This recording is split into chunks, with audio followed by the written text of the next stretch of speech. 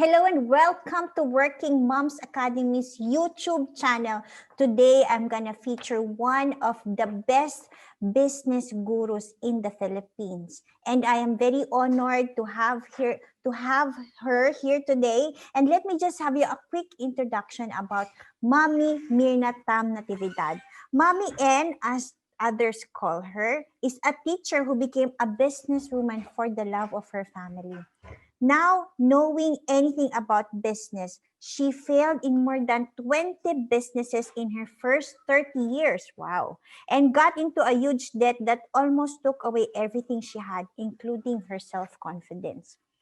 After learning from authors, teachers, her former franchisors, which includes Chowking and STI College, and after expensive trials and errors, she discovered a formula which she now calls the Grow Your Business Pinoy Roadmap, which she applied to pay off all her debts, train, and turn over her businesses to her 5 children. Since then, she has written the book Grow Your Business Pinoy, your practical and proven roadmap on how you can make more money faster by doing less. She is also serving as an accredited Go Negosyo mentor and coach. Yeah, she is like me. I'm also a Go Negosyo mentor and coach. And she has been awarded both locally and internationally. What are those awards? Let me just speak about it. She is one of the female entrepreneurs recognized by DTI and Region 9 in 2017. And she is also one of the 100 most influential Filipinos in the world. Wow, by Filipinas Women's Network. Wow, that's really a lot. Now she's very active in her advocacy to help as many Pinoys discover their business calling and start their own business as much as possible.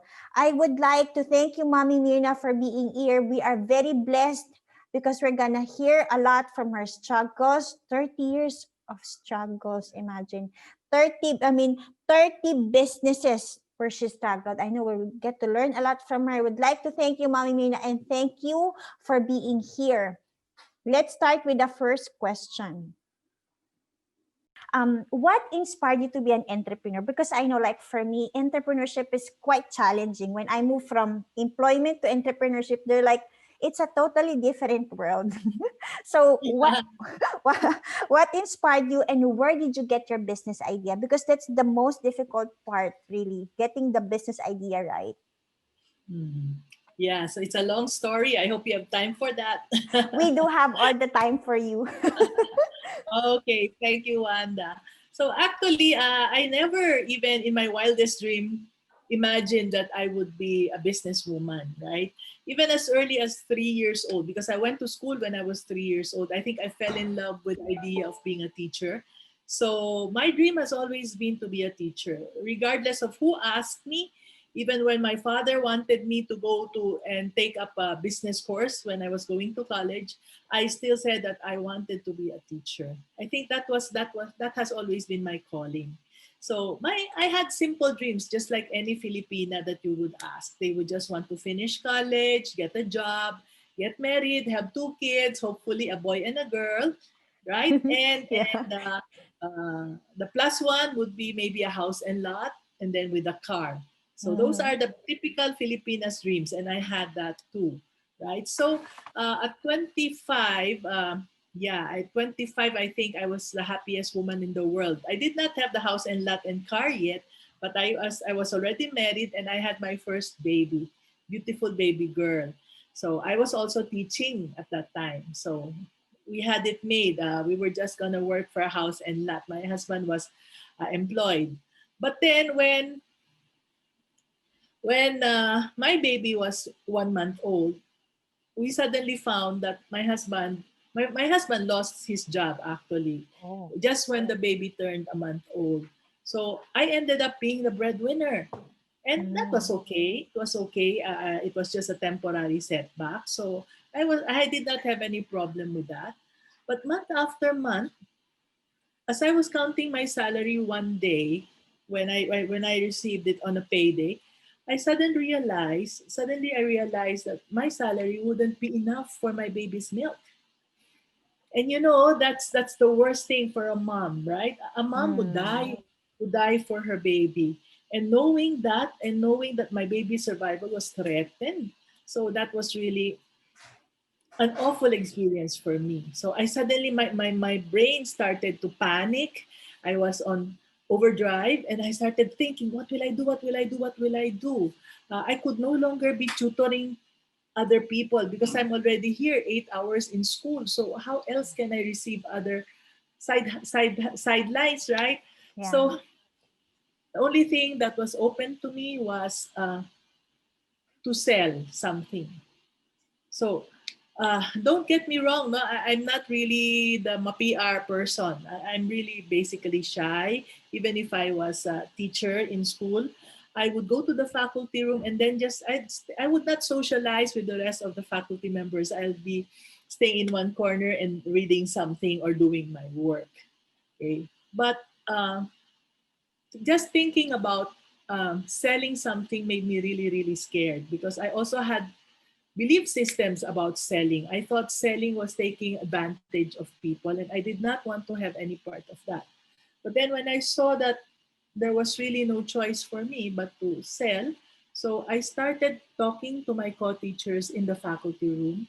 I asked them, is there Mhm. anything I can sell you because I really need extra money because my Mhm. baby would not have enough for milk.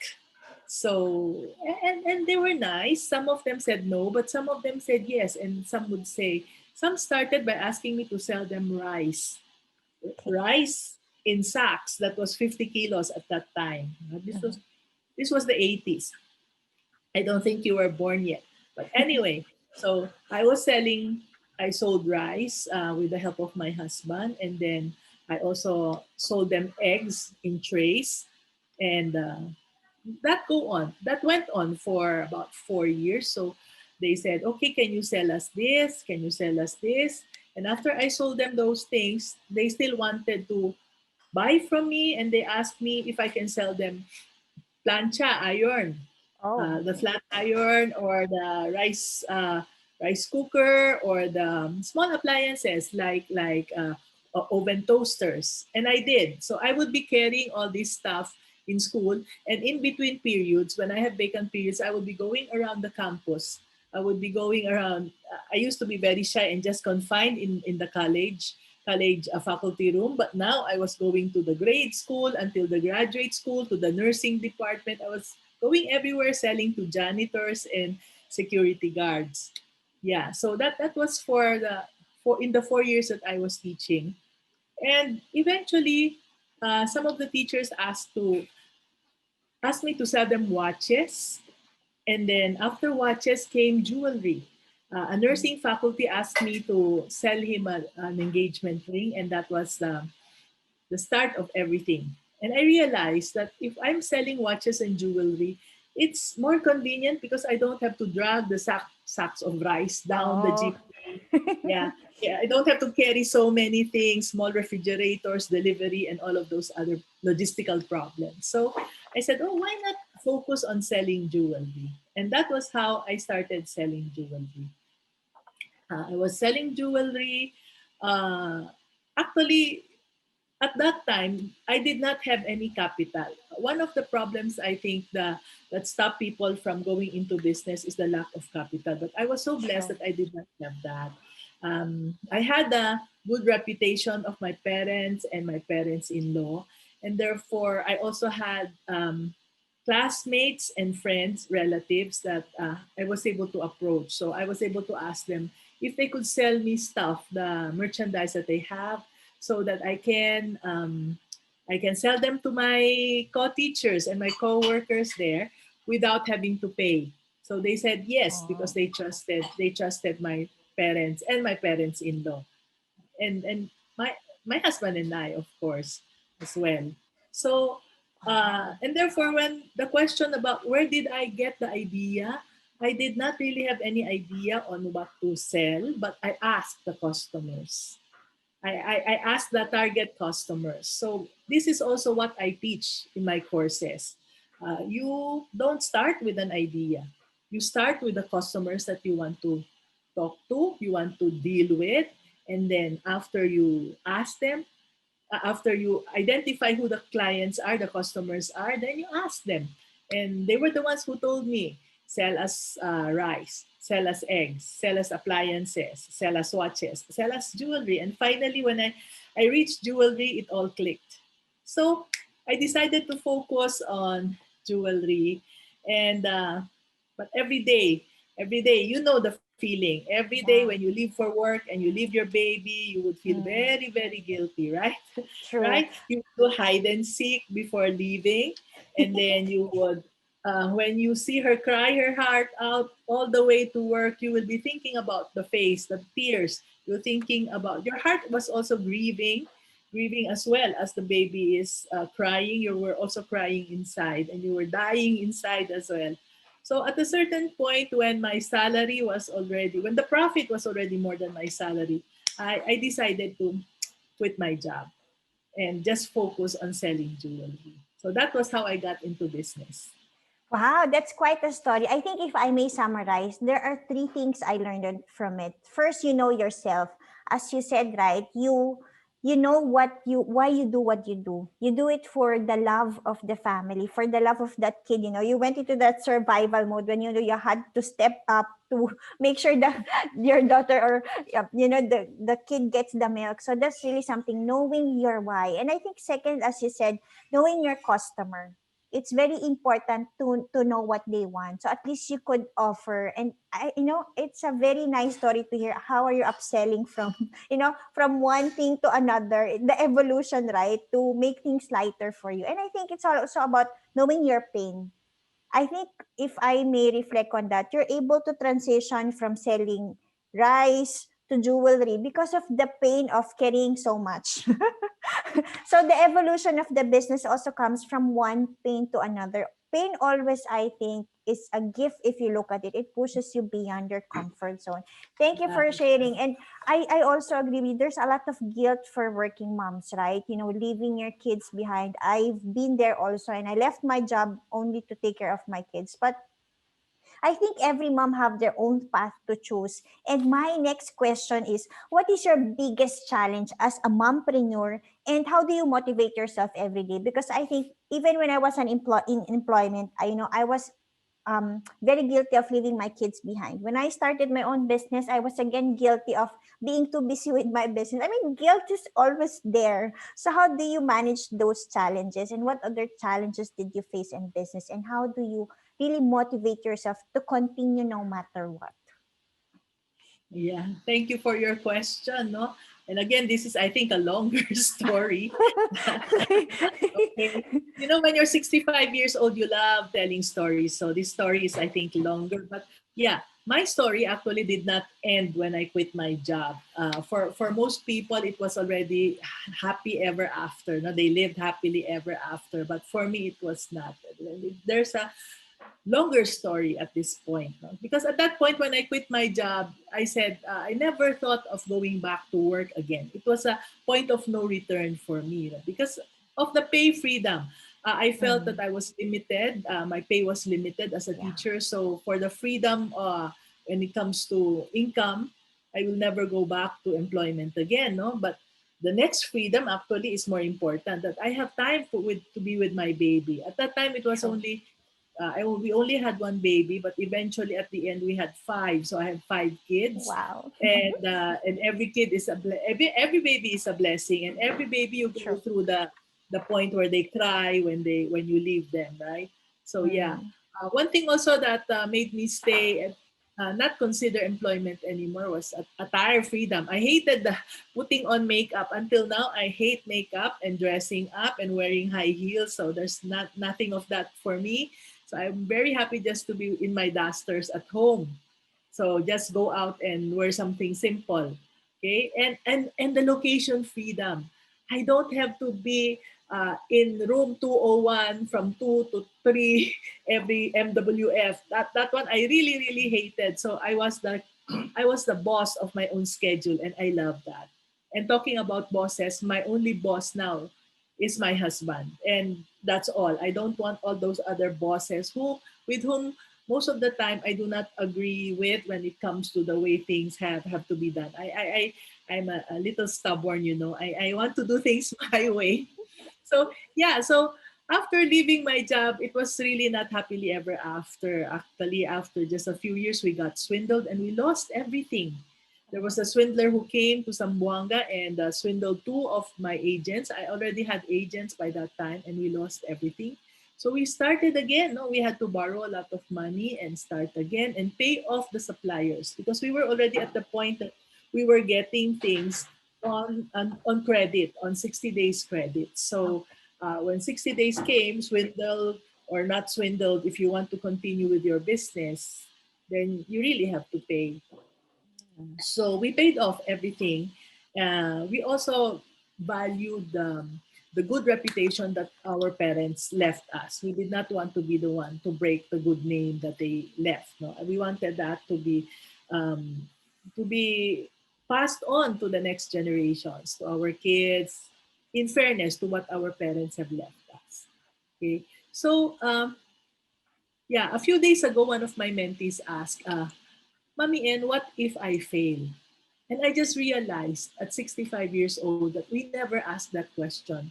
Even when I started selling my first sack of rice, I never thought of what if I fail. Maybe what I would think of is what if I make a mistake. And if I make a mistake, I always had a plan A, plan B, plan C. But that's all. So there was no way, no turning back. In other words, failure was not an option. And I think that was because my biggest why now was at that time, it was the future of my two kids. At that time, we only had two kids. And my husband's dream also, I wanted him to fulfill his dream. Even if he graduated as an engineer, he really did not love his course. That was not really his choice, but his brother's choice. What he had always dreamed about was to be a business owner. So I said, fine, then let us do business because that's your dream, then let us help each other. Yeah. So, but then we were both not educationally prepared. No? So we committed all the mistakes in the book and maybe out of the books already. One of the mistakes there was when we kept selling and selling. My husband was very good with sales. So if sales were good, we thought business was good. Okay. But what we did not know was that the interest ate up all our profits. We to be able to sell Oh. this much, we had to have this much merchandise, much merchandise, and to buy those merchandise, even if we were given some the credit terms, we still had to pay. So Mhm. we borrowed in order to have this much merchandise, but only this will be sold, and what we made from these few merchandise pieces of merchandise or pieces of jewelry did The not make income. up for the interest that we Mm. had to pay. So the interest, in amount of interest ate up our profits. And so we saw a problem. We saw a problem. I said, "Oh, okay. So this is the problem with the jewelry business." At that time, we already had jewelry stores. So we said, "Okay, then maybe jewelry business is not a very good business. Let's look for another business." So that was our second biggest mistake. We thought that the solution to the problem with the first business is another business. And then Mm. when we went to the second business where there were no inventory, okay, no inventory, but then that business also had another problem. So we went to a third business. And as we went from one business to another, we had to borrow and borrow and borrow. So we borrowed even more. And that was again another mistake, right? So repeating the same mistake again and again until we were able to open and close more than 20 businesses in the span of more than 20 years. That was a very huge mistake, but we were able to commit that because we had a good reputation. People thought we had money even if we did not. So yeah, that cycle was repeated for what, 20 something to 30 years. Okay. um, so slowly I got aware. I became aware that we were drowning. We were drowning already because the debt became bigger and bigger. It looked very good from the outside because we owned so many businesses, but inside it was all financed by debt.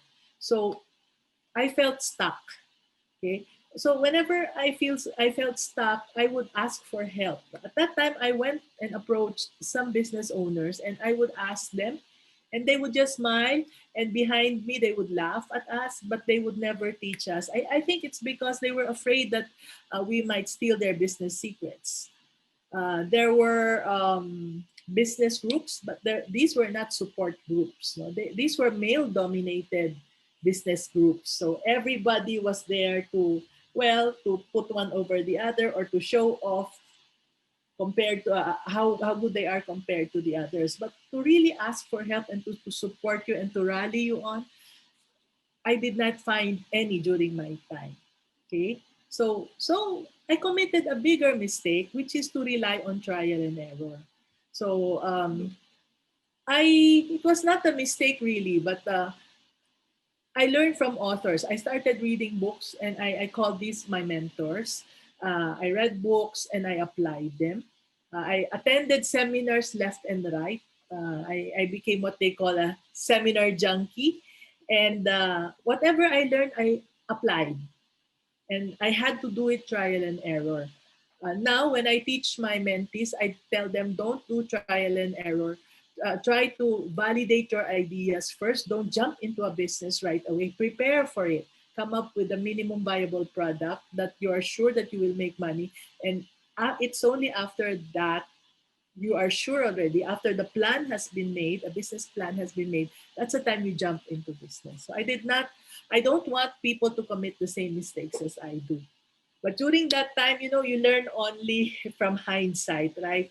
So all these seminar leaders, all these authors taught the right things, but what was wrong was the timing. But I only learned about that from hindsight. So 30 years spiraling debt, the debt, we were really drowning. It was all over our heads. And then my husband and I, we started blaming each other, blaming each other. It's your fault, it is this decision, etc., etc., because we didn't know anymore what to do. So even our marriage there was threatened so much, and the kids were affected with our bickering and our, of course, we have to be working long hours, so we were not there with them. And at a certain point, I hit rock bottom. When I felt that there was no escape from the debt, uh, my family was crumbling, my marriage was crumbling. What am I for? What kind of a failure I am? I was asking myself, you're so stupid, you're such a huge failure.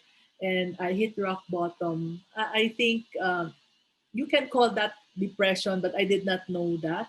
So the only way I saw at that time was to just kill myself, just get away from this pain. It was very painful here. That was all I could feel, but no hope, no light of hope came at that time.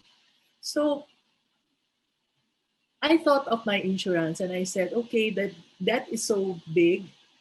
If I kill myself and pretend that and make it appear that it was not that it was accidental, I might get double indemnity, and therefore my husband and my children might be able to collect some insurance to somehow pay off part of it. So I think that was my biggest challenge or biggest sacrifice in my life when I hit rock bottom. So I tried to kill myself, I think, several times. I think about 5 times. Um, but every time that I devised my plan so well, at the last moment, something would happen. Like, for example, an example would be there was a time I wanted to kill myself by touching the electricity that's near the shower. You know, some showers have electric wires coming out of them. So I was already planned it. I put on makeup to pretend that I was not, no, I was not depressed and all. And before that, my sister-in-law came and said, ate, I almost died. I, I don't know what happened. Something sparked and I almost died. And then I said, okay, okay, okay.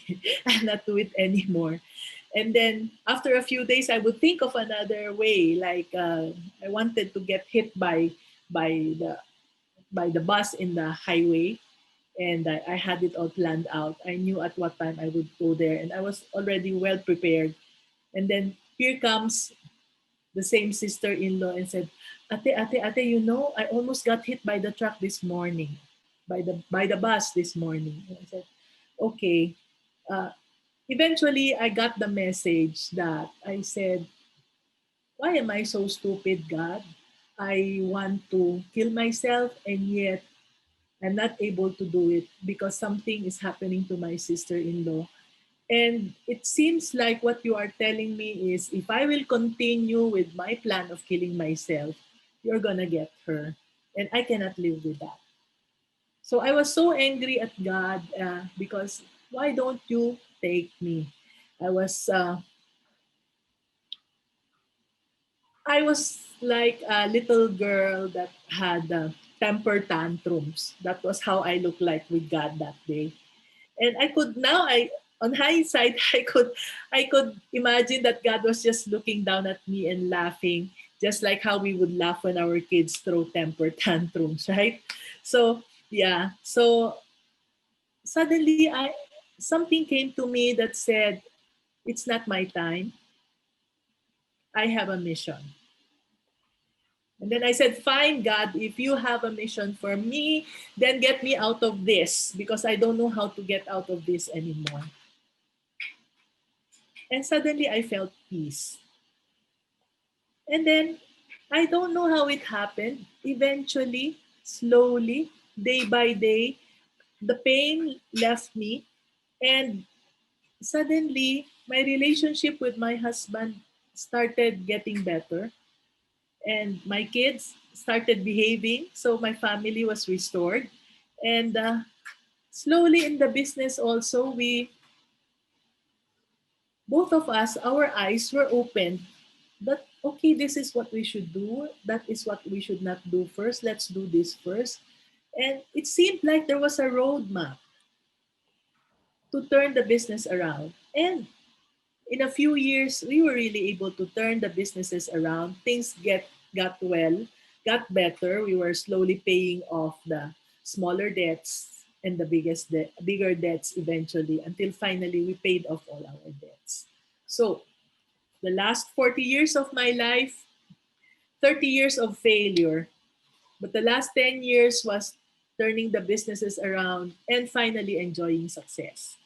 And therefore, by that time, the kids have grown up, and we have turned over the business to them.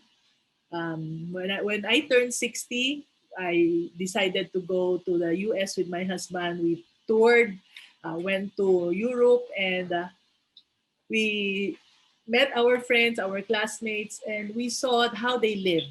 And we saw that their lives are not really that fantastic as we think they should be, right? We saw a lot of blessings and opportunities of a good life here. Actually, a lot of our friends would want to come home and just come back to the Philippines, but they just can't leave their kids.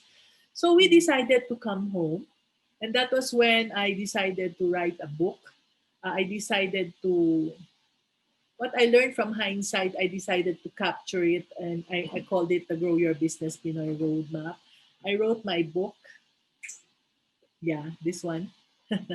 So this is my first book. I'm now working on my third book.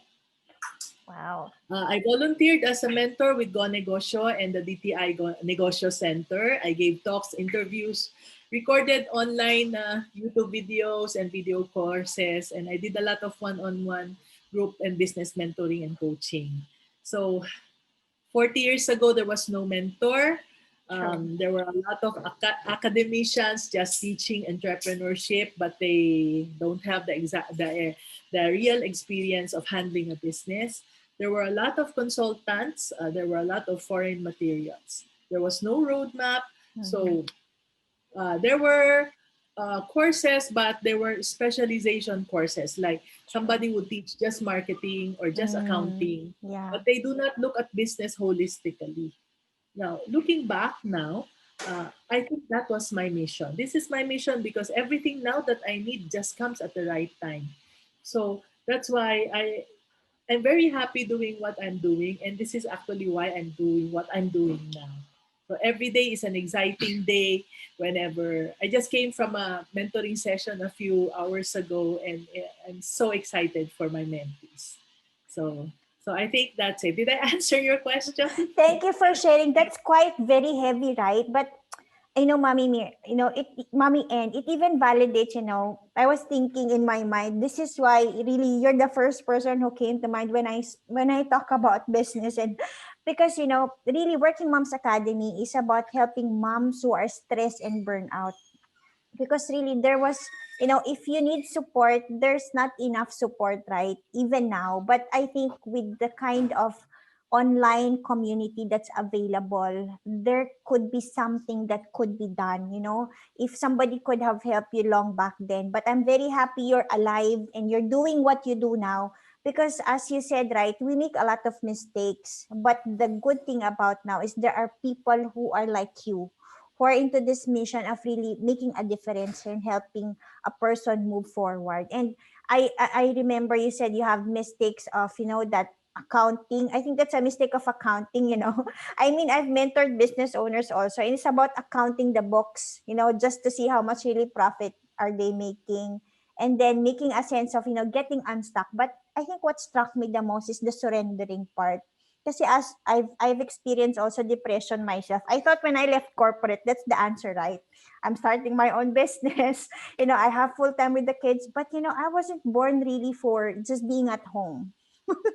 And I experienced stay at home depression at some time. And I was like, I have to do something, right? So again, I said, God, what do you want me to do now? I think, when you lift up really all your burdens and your questions, then that is when I experienced God taking over, showing me one step at a time. That is how I landed also becoming one of DTI mentor, and also landing, government clients. And I think it's about my learning also is surrendering about all the burdens to God, because He's not just about God of your faith, but God of your business and every area of your life. And that is when the roadmap and the magic comes one at a time, and you can turn over every pain into purpose. Thank you for sharing that. I know, I mean, in those many businesses that you have during those 30 years, are there any other mistakes that you would like to share and for us to learn also? Like, I mean, I'm just starting up. I would love to hear more, because, as they said, for you to accelerate further, learn from the mistakes of other people so you will never repeat it again.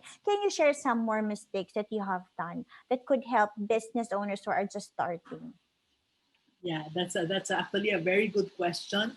But before I go to that, I'd like to reiterate what no, I'd like to confirm or agree with you maybe that, yeah, whenever we get stuck, no, we always think of ways of, okay, how should I do this?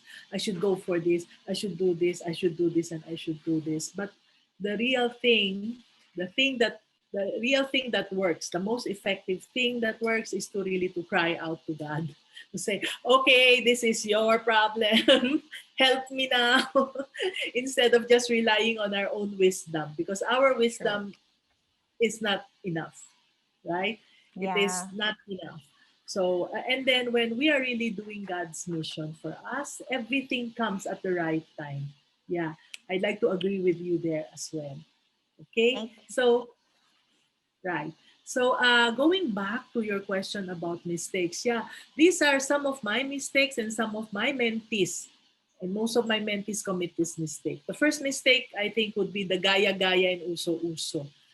Thinking that the trending business are the best business. So what they do when they come to me is they already started and failed in these businesses. We also made the mistake. Everybody was saying, "Oh, franchise is good," and we went into franchise. We got franchises, and we that's how we also got hurt a lot. Although we learned a lot from our franchisors, but we also, in terms of capital, we had to borrow a lot of money to go into franchise, thinking that it will be lucrative, but it is not as lucrative as it looked.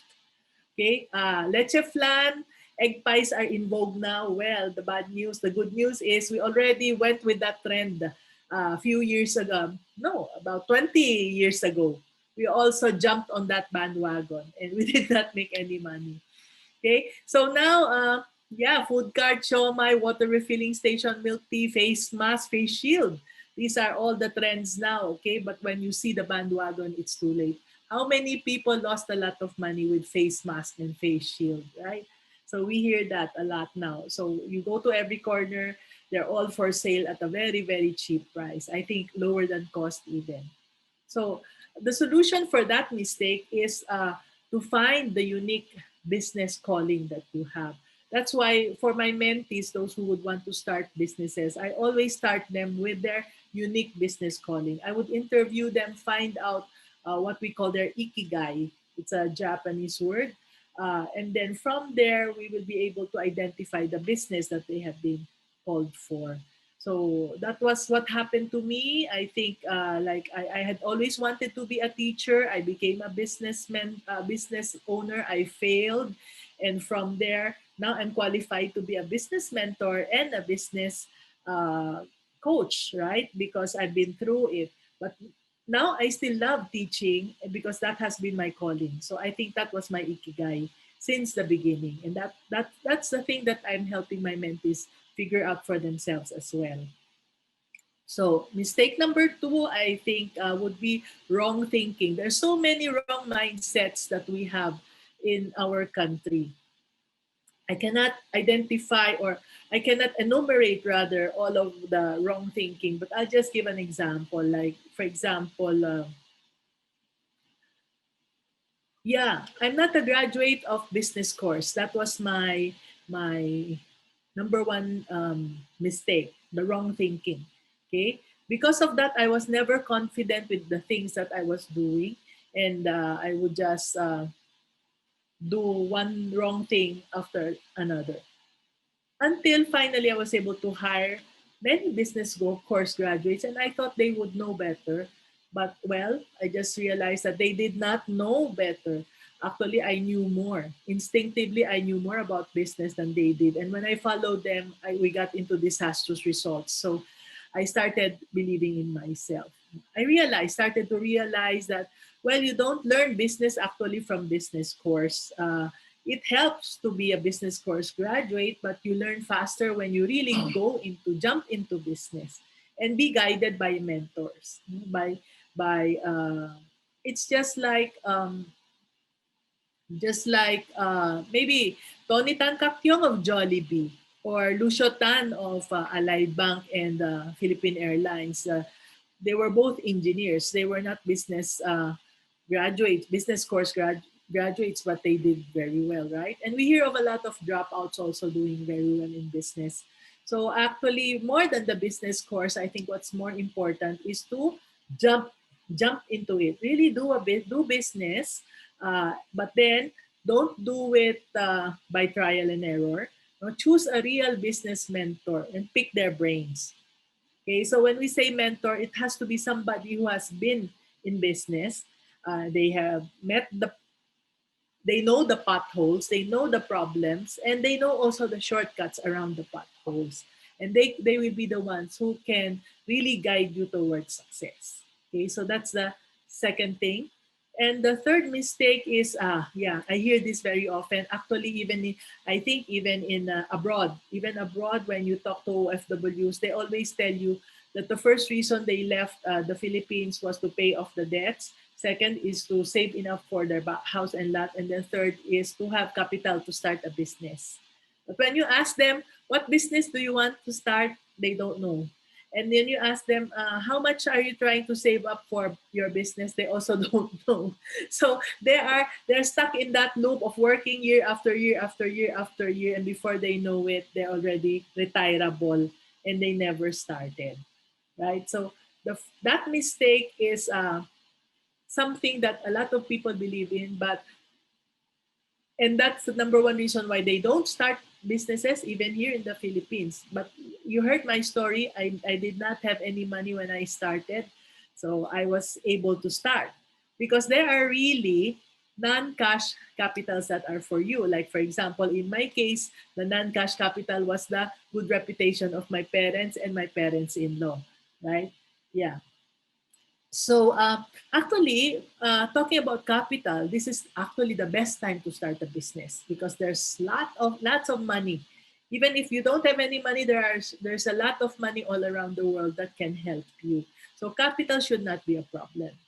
If you have savings, you can start with your savings, or you have parents or relatives with money, then you can borrow and you can just pay them interest more than what they can earn from the time deposits, and they will be willing to give it to you if you have a good track record, that is right.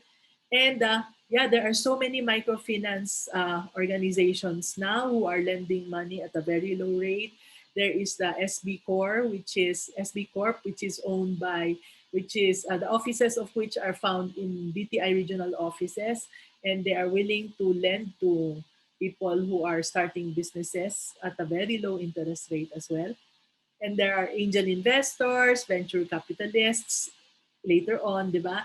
And of course, there are pawn shops where you can pawn some precious things that you own and get money. So there are ways.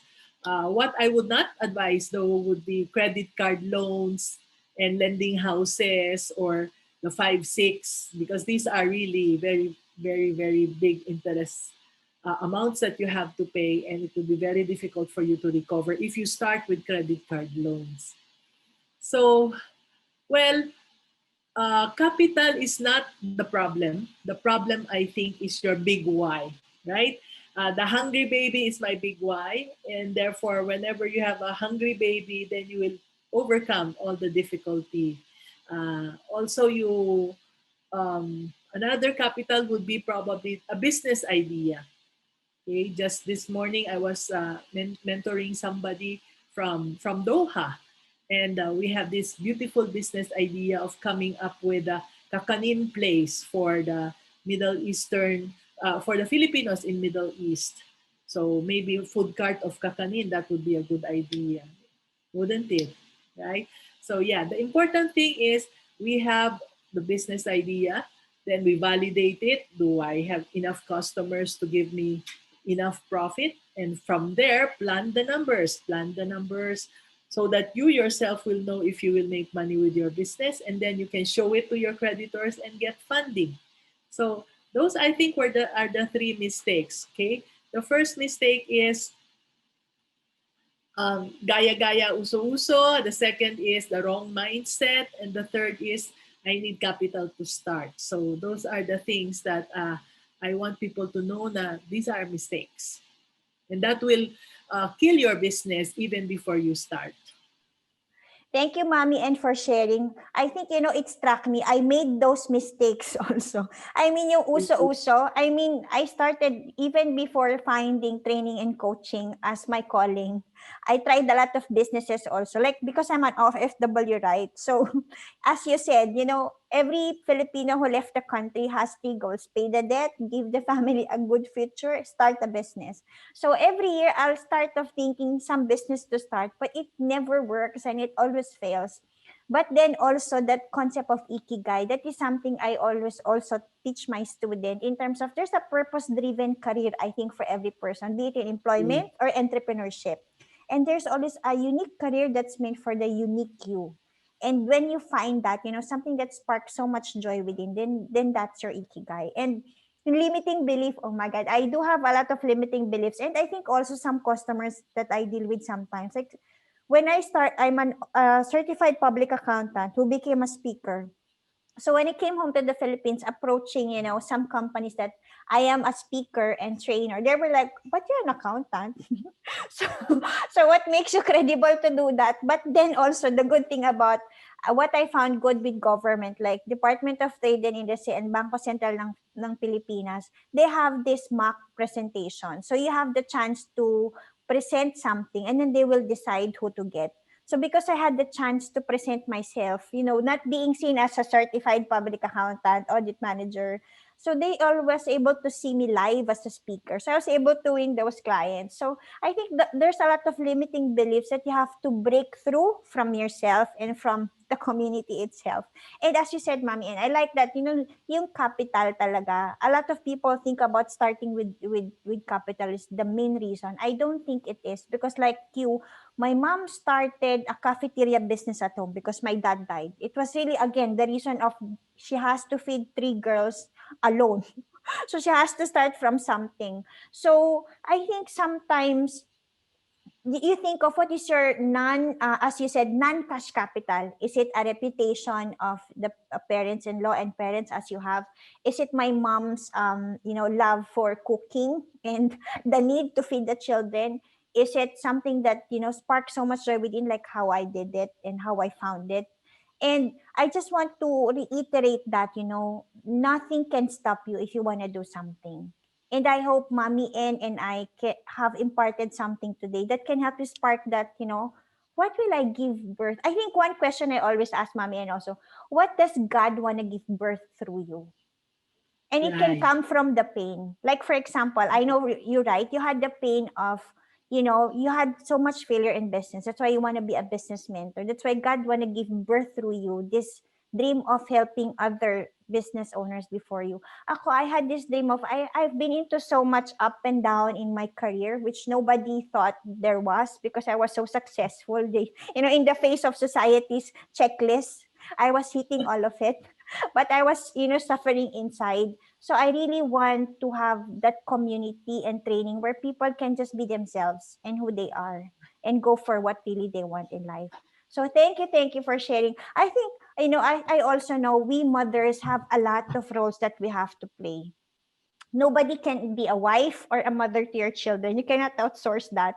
And now when you put on top of that becoming a business owner, it puts a lot of, more things that you have to do. How do you really manage time? is one is one of the things that is a puzzle to those moms, because they're even afraid to start, just for the thing of how can I even do it when motherhood has so much responsibility on my plate already. Is it really doable, and how did you do it? Oh, yeah, very good question. Yeah. Uh, Again, this just earlier, I had a mom also ask me that question. Um, One thing I love about business, being a businesswoman, is that the freedom. Okay, I would bring when my kids were, you see, after a few days after giving birth, I would already be in the store because I cannot leave my store closed for many, many days. So I would bring my kids to my office or to my store, and they would play there. They would play around there, lie on the floor, and even it was dirty, I did not care very much because um, I did not want to keep my kids so sanitized that they would get sick easily. And thank God they're very strong. They are healthy. So yeah. So what would happen is they will just be there. I have my employees, I have my clerks doing things, I have my sales ladies doing their job. But then when my baby cries and I'm taking care of the baby, but I cannot attend to my baby, one of them would just pick up the baby and take care of them. They would act as yayas also. They're very nice. And until now that my kids are older and they are still, the employees are still there, and now the employees are now their subordinates, they still have that bond between them. The loyalty is very strong. So yeah, I think I'm just lucky that I had nice kids, good kids. And of course, during my time, helpers were a lot easier to hire than now. Now it's difficult, especially in your situation. If you're abroad, it would be very, very difficult. Yeah, although my mother and my sister were always there for me whenever I needed a babysitter, we could leave the kids with them. But it was generally, say, I can say 90% or 99% of the time, I relied on strangers. Strangers, by strangers, it means my employees, whom I did not know when they applied. They were not recommended by anyone. I don't usually hire recommendees. So they just applied, we do a little background check, and then once we're there, we develop this friendship that's very, very deep. And I can trust them with my kids. So yeah, um, looking back, it would have been better if there was a support group, right? But there was no support group for moms then. So now you're so blessed that you have so many support groups, and Facebook is a very strong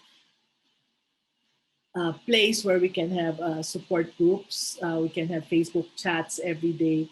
That's why all my courses now, they have, I make sure that there are strong support groups.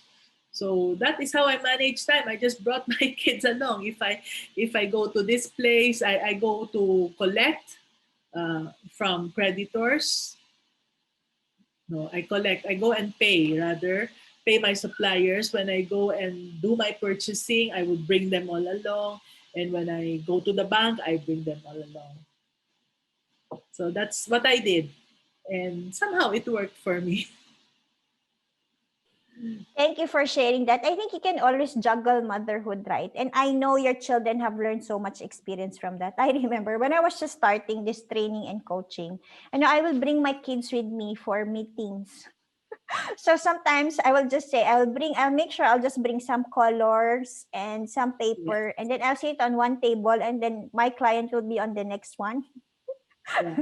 So I'll just say, be quiet, mommy. We'll just have a meeting, and then after this, we can do whatever we want. And I think Yes, they've that managed to, always works. yeah, that always works, and they fully understand it. So I always tell them, mommy's doing this for you, also, so they understand it. And I remember when I started training and coaching, it was volunteering first. And I Mm. even bring my kids to volunteering activity. And I think that is also how they grow because they understand the value of giving back. So I think for moms who are scared of bringing their kids out and exposing them to the real world, I think I want to encourage them. Actually, really, the kids learn beyond the school. And if you bring them with you, I think that's the best way for them to learn. Thank you, Mommy Ann, for sharing that. I think a few questions also. I want, what are the 5 tips that you can give to those entrepreneurs? How can they really be successful? We spoke about failures and mistakes. What are the 5 or 3 tips that you can share that for them to really be successful as a mom, as a mompreneur? Yeah. So it's thank you for that question, right? You made me reflect. If I were to live my life all over again, what would I do? And that could be my what I would like to give as advice. Okay, so or if I were born today, because things are different now, right? So maybe these are the things that I would do differently if I were born today. So 5, no? Okay, so number one is I'll be okay with being an imperfect mom and not beat myself up with a lot of guilt. A lot of moms that I meet now, even me before as a mom, I always, until now, I still experience a lot of guilt because I know that I have been remiss in some of the things that I should have done.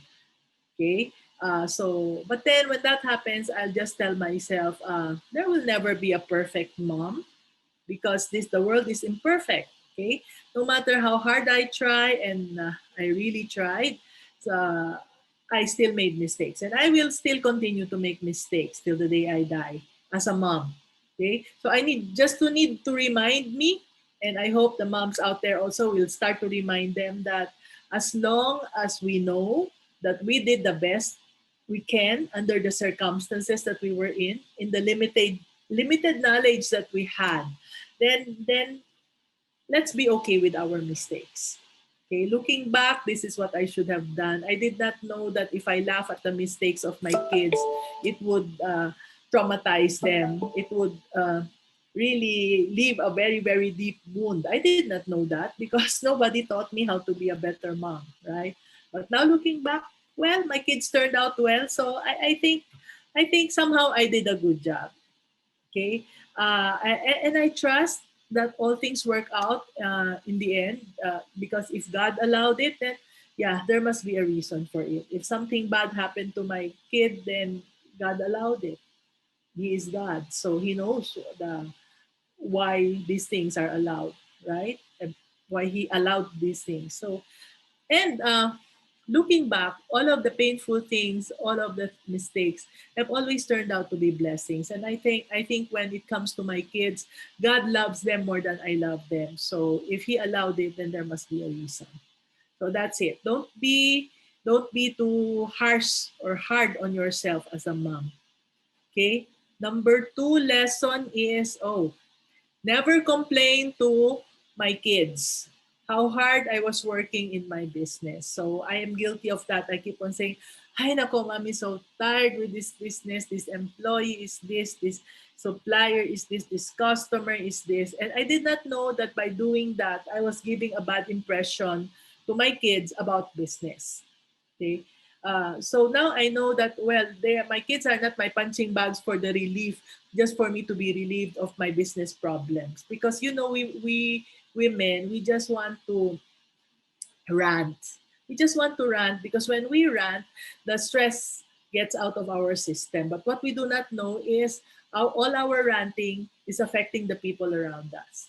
Okay, so eventually, at a certain point in my life, I saw how they have been affected because I would hear my kids say that, "Ay, nako, I will never be a businesswoman."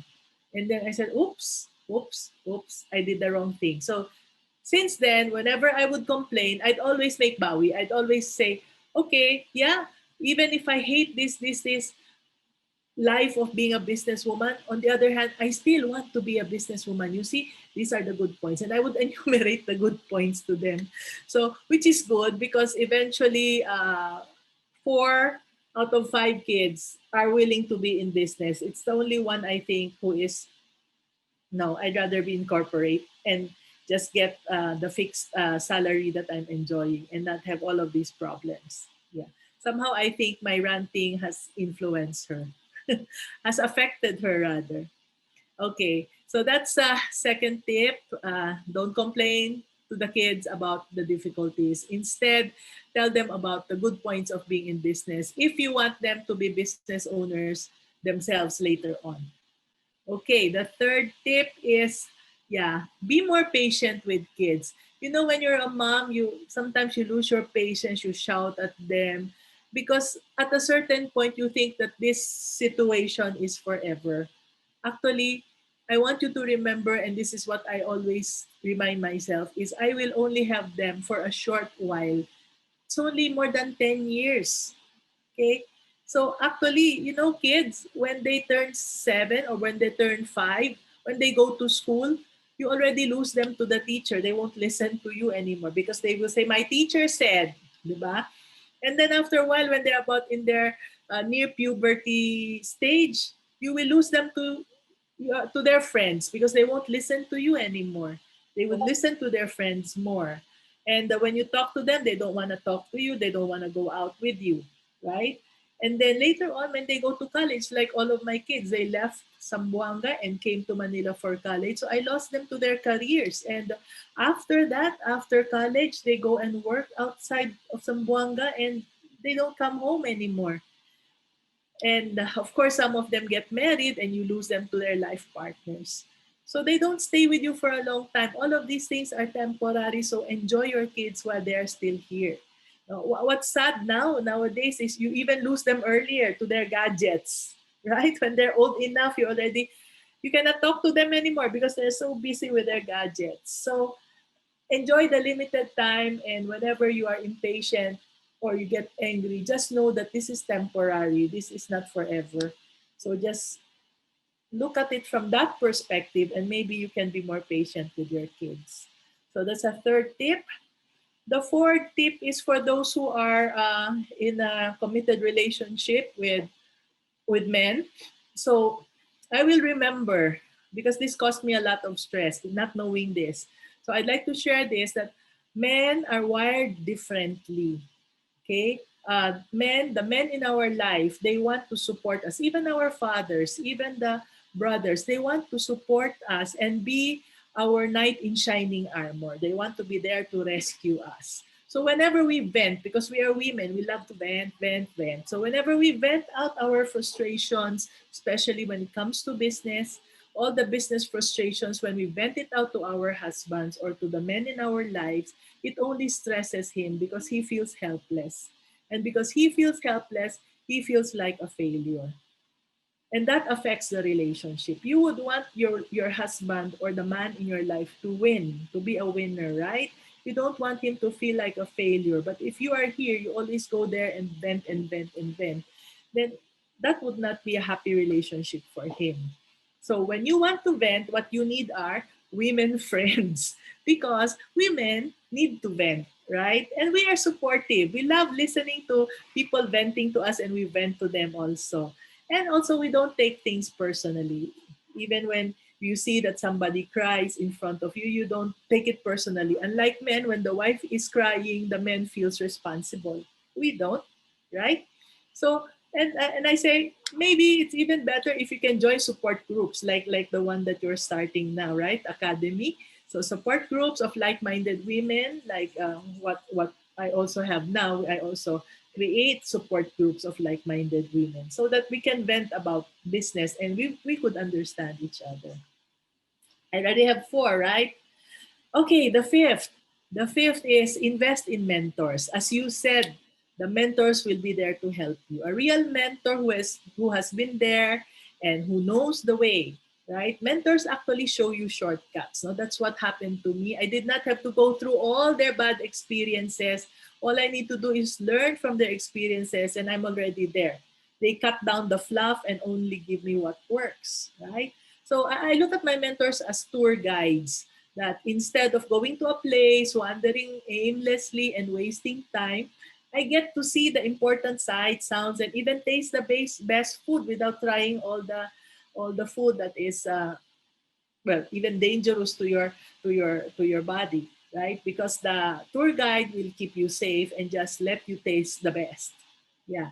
So even now at 65, I have many mentors. I have now what, five mentors simultaneously.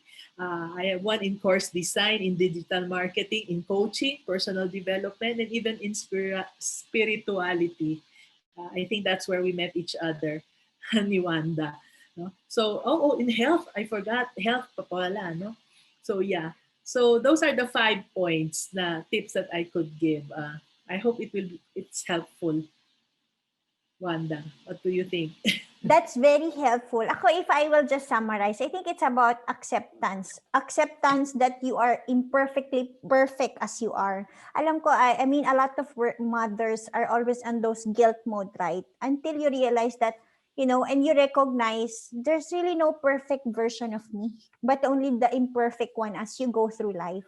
And I think every person needs to understand that, you always do your best at a certain time, and you have, Yes. when you accept that and realize that, that is when you just relax and know that, it's okay to be me. I Yeah, think pat yourself. pat on the back. It's okay to be me. Hug self. I love self. I think also it's accepting what is the situation. Now, as you said, your kids grow. You just have to be patient, and accepting what is happening now is the best way to live life, because it just is, everything is temporary. As you said, I lost my kids the moment they went to school. They start just saying, my teacher said. And even now, you lose them to the gadgets, and they are like, I think you forgot mommy today. So it's always, it's always a balance, and it's just accepting what is happening now without judgment, whether it's right or wrong. It's just the Right. best way to enjoy life. I also, like you said, accept that men are different. That is how I think I've saved and managed my relationship. I know you're married for how many? I've been married for 11 years, but I think when I started to understand that women really, our stress, our way to give us stress is to talk it out, because they said women have about 2 to 10,000 words a day. Right. Imagine. And Mami Mina, what I also learned, men pala only have 500 to 2,000 words a day. So really, men are, men of a few words. So sometimes I thought if he doesn't speak, it's already a problem. But pala, I mean, maybe your husbands have reached the quota of speaking at the office already. Right, So right, he right. doesn't have any more energy to speak. So, but you're still in the 2,000 range, and you need to reach the 10,000. So you just want to keep on talking. So I think, as you said, finding a community of women. This is what really I want to do for Working Moms Academy. Just have to flash it out, because that is what women are designed for, to cope up with stress through speaking. And I want to have that community of women. You can just, just spit it out and let it go. And we are Yes. there to listen, to love you, and just to accept whatever you're going through. And those are Right. really nuggets of wisdom. Accept help. I think it's about getting the mentors, right? Also, for me, I have a lot of mentors and coaches And I thought initially, is there something wrong with me? Because I've been getting a lot of help.